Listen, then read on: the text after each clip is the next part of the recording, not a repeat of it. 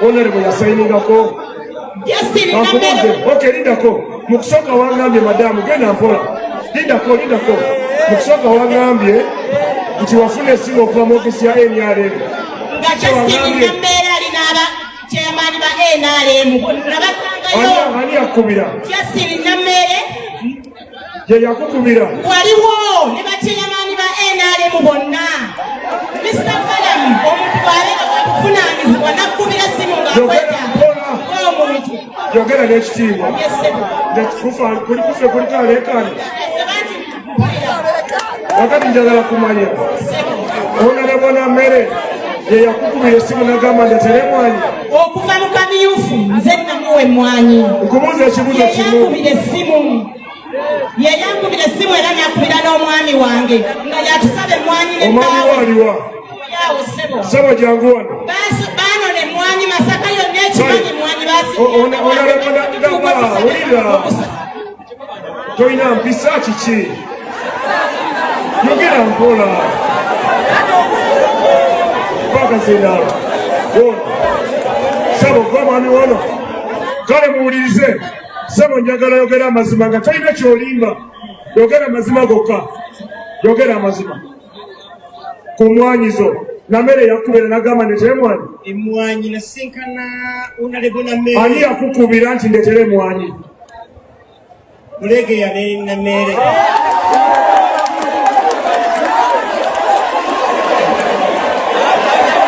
Kale bannange. Okay, mumpulirize.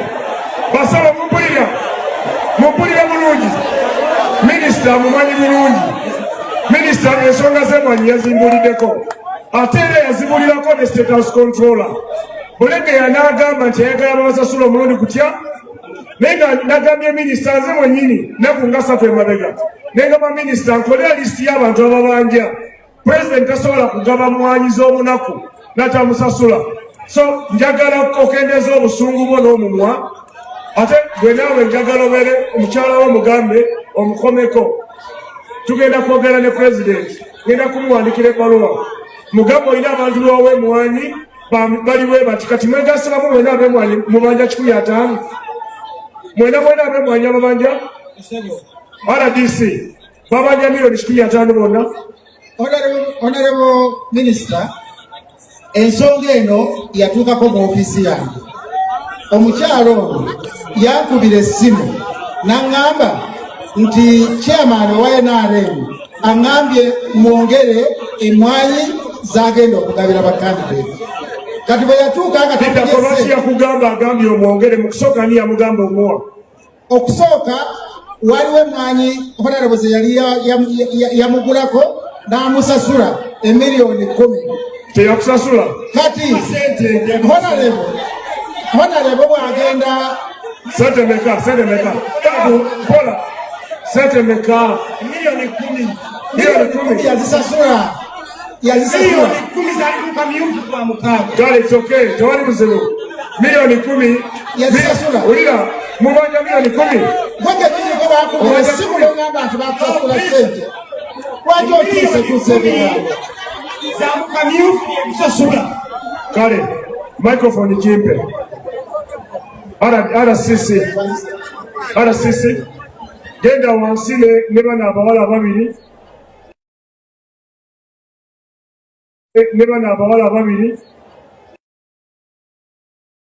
Omale tewinowe nesagala kuwayiriza nti Namere yangambye. Kati Namere omubanja miliyoni 10 si 15.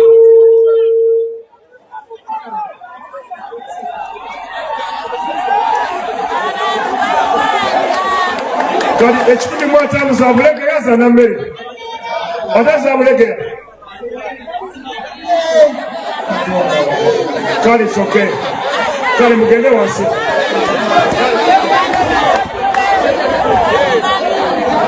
DJ Kurimba.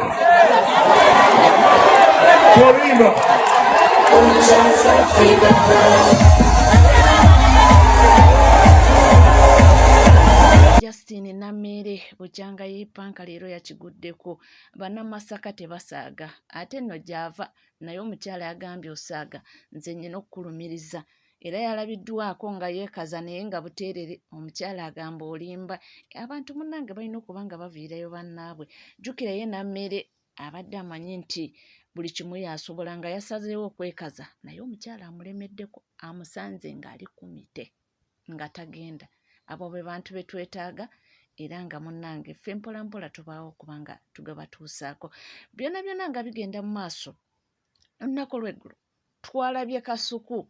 Bannange Kasuku yadduse.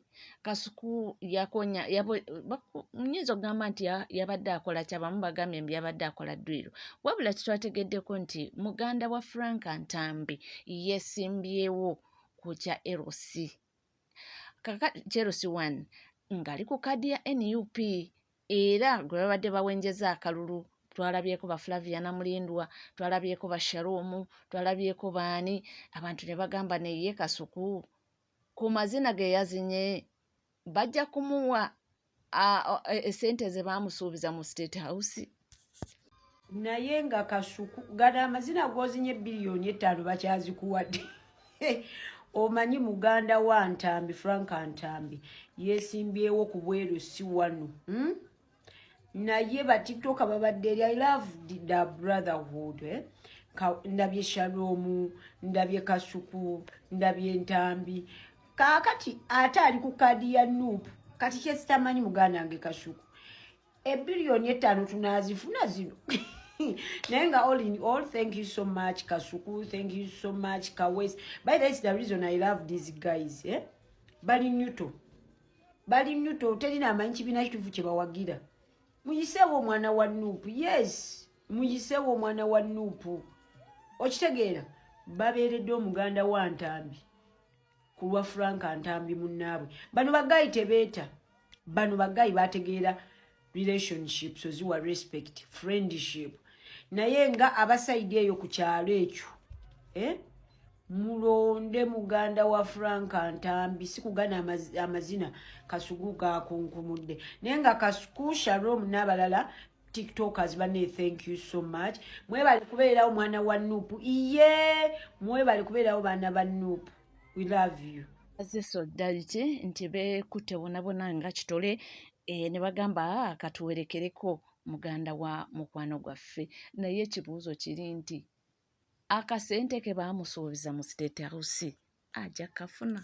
Badanga abantu banyiivu biliyoni 5 ga biliyoni 15 B yazivudde mudda ayere zijja nasala eddiiro. Nono ambrelo ntegenze eno manyi Kasuku yesimbamu yagwa walola watakola interview muntu nafa wakuta campaign gwe bakuba biliyoni Kasuku Katonda ambula tujirunule. Kasuku wakuta interview gwakolera ki campaign bagamba mbu yebulugwa wesimba mu omukono bwali bwalinga bulunoke ensaaga mu naye nga byonna bigenda mu maaso nti olunaku lwaleero lunaku lw'okulonda tulina waneno security alerts nga ziva wa mukulu Fred Kajubirumbuye nga bulijjo atera nnyo okujja n'azireeta kiri kugwa kuwuliriza kyagamba n'ojja mu kimu 2 oba n'ogaana. Eno message njagala gisindikira bannayuganda mwenna.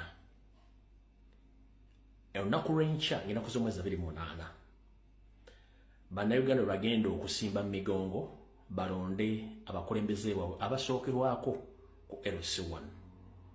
Omukulembeze wa mugaso nnyo gy'oli obulamu bwo ng'omuntu kubanga ebyokwerinda byo ebikwatagana ku mbeera za bulijjo bitandikira ku chairman LC1. Kati gwakooyo okutulugunyizibwa, okugoba ku mataka, okubbibwa, okulibwamu enkwe, okuwaayo ba comrade buli kimu kyonna system ina gikyusiza wansi eno. Ebira bigenda okujja okuvuunika wali ekinene nga wansi system eteredde. Kale olunaku lw'enkya na kusomeza 28 wonna woli munnayuganda keera ku makya ogende olonde. Naye okulonda kw'enkya kulimu obuvuyo bungi nnyo. Okusinziira ku information gye ngenda obbawa. Okulonda kw'enkya kulimu obuvuyo bungi nnyo. State planning okuteekamu ssente empya n'enkadde. State planning okuteekamu abayaaye, poliisi n'amagye bakuba abantu abamu bagenda balangirira ku kifuba. aba NRM neche batidde nti bannayuganda bangi ate balufudde public holiday bakimanyi tegina kubeera yembirigo kati muganda ngeri najjo oli mu kyalo eyo n'okwetula Uganda na kurencha it's a public holiday lemugenda okweyambisa okulonda abakulembeze bammwe ababasookerwako wansi kati ngenda kusaba okozese buli kimuka kuyegedde okuddo okuyege mugende mulondo na kurencha wabula bino bwe binabiwedde tujja kumanya kikina bakiri mu ggwanga lyonna nenga bana bagenti bali mu panic nga tebagala kintu kino baswaza nti balina legitimacy ne ku ground baba wangula sente nyingi nyo zibali yizinze zebasaasanyiza mu kaluka na ka LC1 bakali akabakyala kana akabakyala ne LC1 bali yizinze sente nyingi nyo nadala ba PLU nga tebagala babaswaza mbe tebalina buwagizi ne NRM so na kurencha ngira kugamwe sibe 2 musobola kubanga mugenda okulonda bakulembeze bamwe tuli nga tuvuddeko ate munanga gave Kayunga bagamba nti Kalangwa we yakoma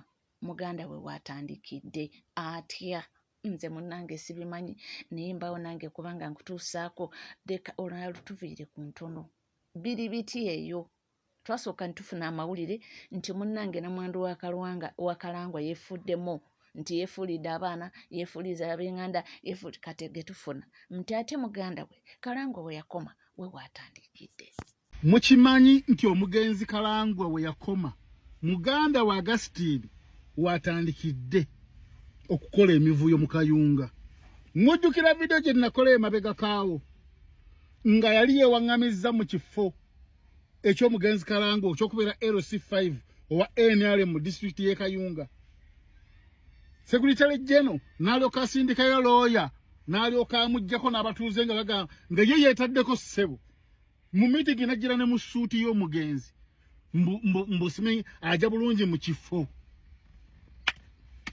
bannange omusajja emivuyo kubanga tetujja kugaana ndi ku social media kwebiri nti omugenzi Kalangwa ayina byakola ebitali bituufu mu Kayunga mukama mummuze mirembe kubanga abantu abamu baasanyukanga n'osanyuka ng'afudde kati ate ono omuganda wa Augustine watandikidde kasaba amulemesa kiri ekifo kati n'ayagala yeerimbike mu PLU mwabaye bulukukira ng'agattiddwako n'ono gwe bayita Asafu kubanga Asafu olw'okuba nti nno Asafu asobola okujja ku PLU ku office n'ayogerako ne Secretary General Fadil omupya n'akozesa chance eyo n'agenda najja ku Augustine ndoza ne beewa ssente n'amugamba jankutwale mu kumuleeta kumbe Secretary General talina kyamanyi amuleese amwanjuddeyo ona yegundi mwekuyomuka ku kifaananyi awo ne bafuna ekifaananyi ekya Augustine ne Secretary General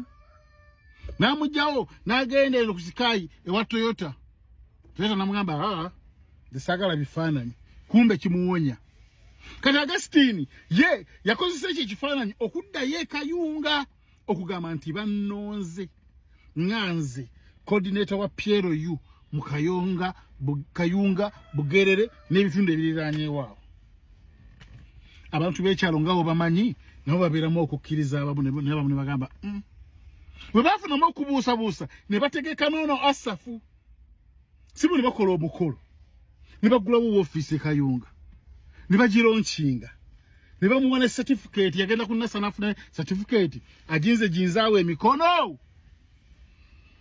ataddeko Augustine nga chief coordinator wa PLU mu Kayunga ani amuteekako Asafu Secretary General akimanyiko talina kyamanyi Mwami Kabanda akimanyiko talina kyamanyi Chairman Kabanda Toyota akimanyiko talina kyamanyi wewe buulizaawo Asafu obwo buyinza ani abukuwa obwo okulonda ba coordinator n'okugulawo ba office obawe ne certificate eza PLU mu kitundu gwe nti no balina ebigendererwa eby'omundu ebyokubba abantu naddala mu mivuyo gy'ettaka n'omuntu asobola okujja mu office jukira onamugambi nti nze njogera n'abanene bamulaba ekifaananyi kyene asadde wali ku office waggulu asaddewo ekyamuhoozi abantu b'ekyalo baba batende bagamba walayo ono kumbi kibuwa baagala kubbirako mataka g'abantu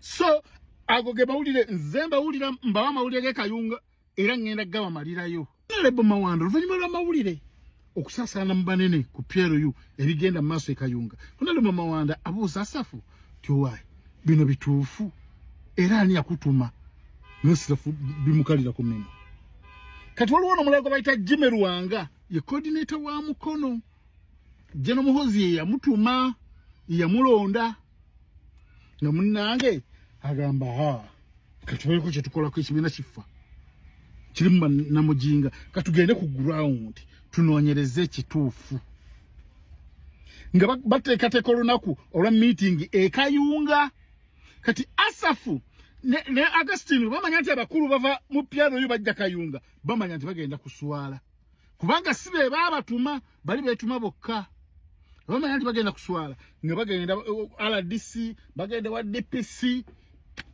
nga secretary oyo sebo mu office mwali mu secretary empia eyekipatire ekifere secretary nga wandika defamating tugisazizzamu nga bategeeza DPC na DPC seba deploying abasirikale DPC owe Kayunga zile nsonga zoyingira mozimanyi gwamala gati deploying abasirikale mu nsonga zotategeera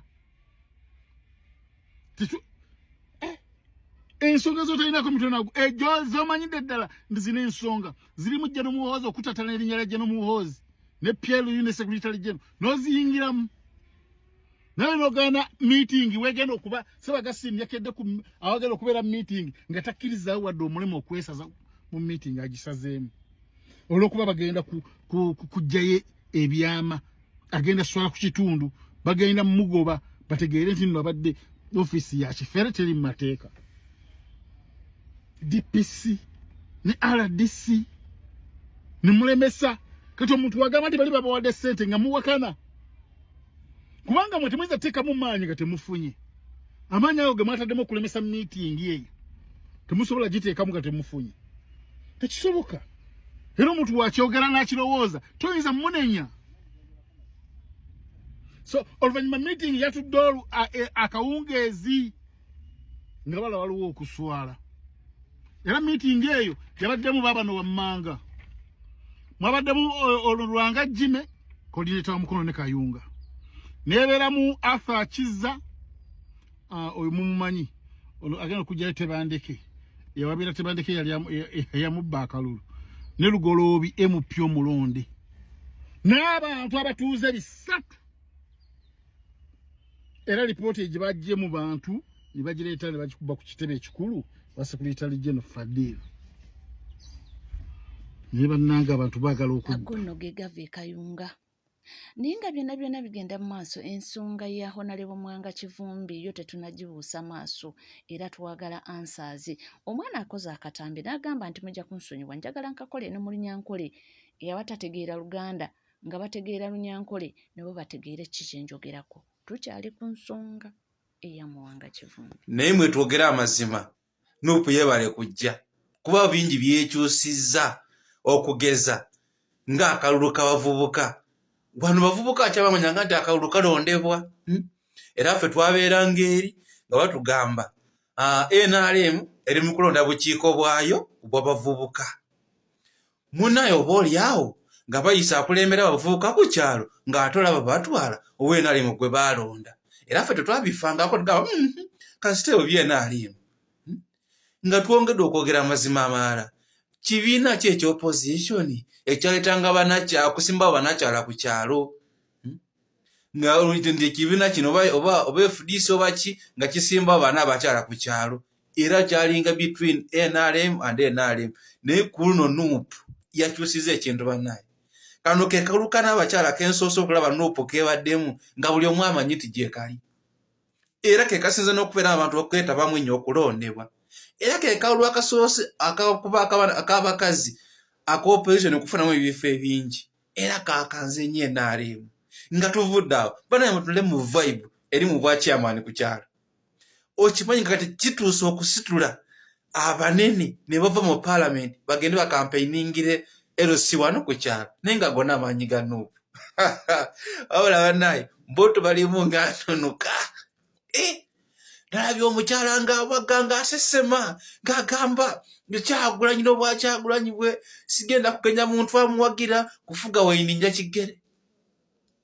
kikulaga ki nti abadde akkirizanga bali ne bafuga Walinnya Ekigere kubanga babadde nga banne kati atali munnaabwe yazze ye Kyagulanyi muli bwakumuwulira, Nuupu muli bwakugiwulira, mpaka ate ffe we tuli mutukubye mutukoze eki naye ate mumusinga okutya mumusinga okusula obubi naye nga mutukuba mukola ki mutubuzaawo oli bayogera mutwa naye ate mumusinga okutya wewunya mulina emmundu mulina amagye mulina tiyagaasi mulina empingo mulina amakomera naye ate mutya webale kubanga wekumidde ku NCK TV teweerabira kubanga osubscribinga ringinga that notification bell sharinga likinga ebisigadde butereeva mawulire tujja kubanga tukakwera tujja kubanga tugakutuusaako wona woli wonna wosinzidde tuula butuuzikalira nywera buli kimu kyetaaga okubanga omanya tujja kubanga sigala naffe